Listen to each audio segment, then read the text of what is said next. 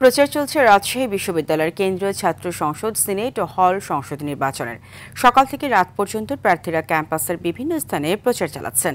এদিকে ক্লাস ও পরীক্ষা শুরু হওয়ায় ক্যাম্পাস জুড়ে ব্যানার, লিফলেট ও স্লোগানে ফিরে এসেছে নির্বাচনী আমেজ। ফলে প্রার্থীরা নানা প্রতিশ্রুতি দিচ্ছেন ভোটারদের। এদিকে ছাত্র শিবির ও ছাত্রদল পাল্টাপাল্টি আচরণবিধি লঙ্ঘনের অভিযোগ করেছে।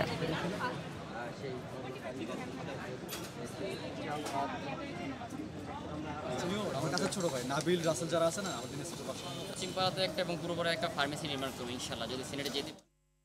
এ বিষয়ে আরও জানাতে রাজশাহী বিশ্ববিদ্যালয় থেকে ক্যাম্পাস থেকে সরাসরি যুক্ত হচ্ছেন সহকর্মী মোস্তাফিজ রকি।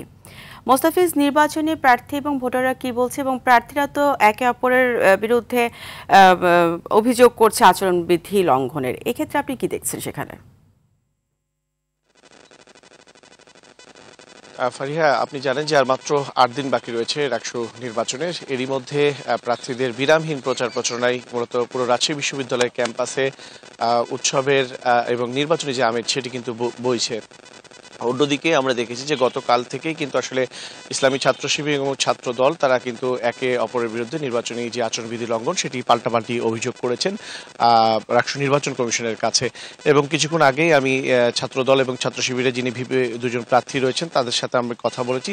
তারা বলছেন আসলে তাদের যে অভিযোগটি তারা নির্বাচন কমিশনে দিয়েছেন, নির্বাচন কমিশন আশ্বস্ত করেছেন সেই বিষয়গুলো আসলে খতিয়ে দেখার।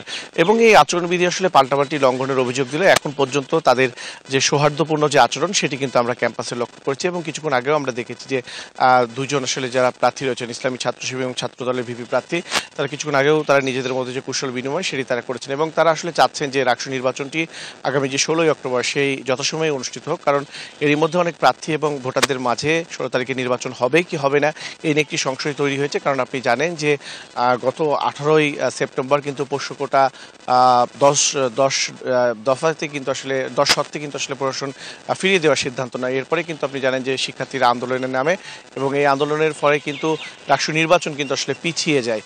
এবং সেটিতে সেখানে একটি তারা যারা শিক্ষক কর্মকর্তা কর্মচারীরা ছিলেন তারা 7 দিনের আলটিমেটাম দিয়েছেন যে এই সময়ের মধ্যে যদি শুরু না হয় তাহলে কিন্তু তারা রাষ্ট্র নির্বাচনে যাবেন না।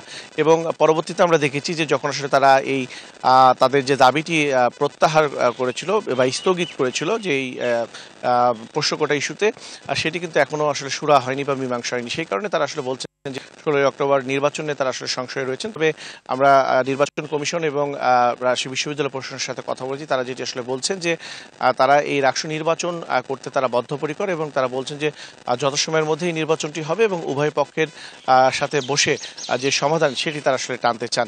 এছাড়াও আমরা দেখেছি যে বিশেষ করে সকাল থেকেই রাজশাহী বিশ্ববিদ্যালয়ে যে বিভিন্ন আবাসিক হলগুলি রয়েছে বা বিভিন্ন গুরুত্বপূর্ণ যে স্থানগুলি রয়েছে সেগুলোতে প্রার্থীরা তাদের যে প্রচার প্রচারণা সকাল থেকেই শুরু করেছে। ফারিয়া। মোস্তাফিজ, আপনাকে ধন্যবাদ।